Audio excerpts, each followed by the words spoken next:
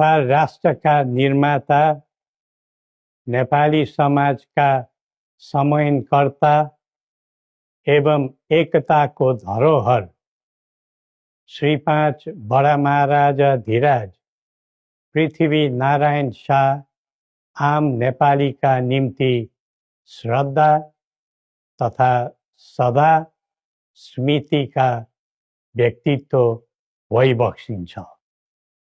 मौसुफको 304औं जन्म जयन्ती तथा राष्ट्रिय एकता दिवसका उपलक्ष्यमा हामी उहाँलाई नमन गर्दै श्रद्धा सुमन अर्पण गर्दछौँ।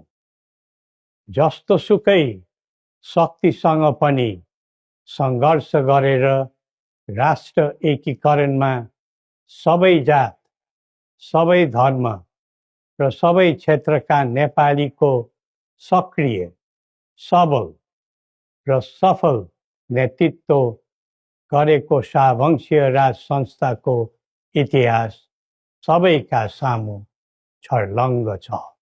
नेपाली जनताको खुसी र समृद्धिलाई नै आफ्नो रुचि ठान्ने शाहवंशीय परम्परा रहँदै आएको छ। बडा महाराज धीराजको मार्ग निर्देशनको परिधिमा रही हामीले नेपाली जनको एकता र वृद्धिमा जोड दिँदै आएका थियौँ र छौँ।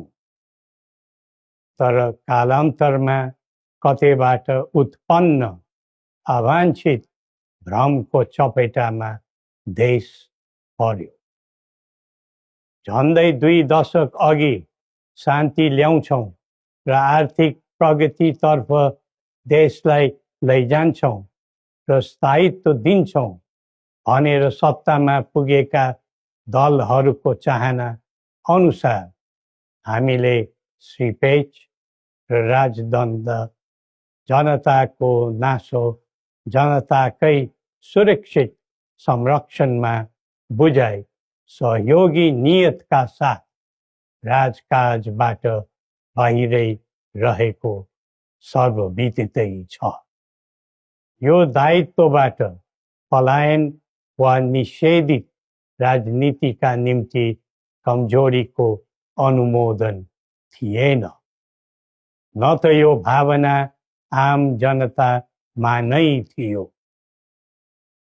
नारायणहिटी राजदरबारबाट हामी बाहिरिएको करिब 2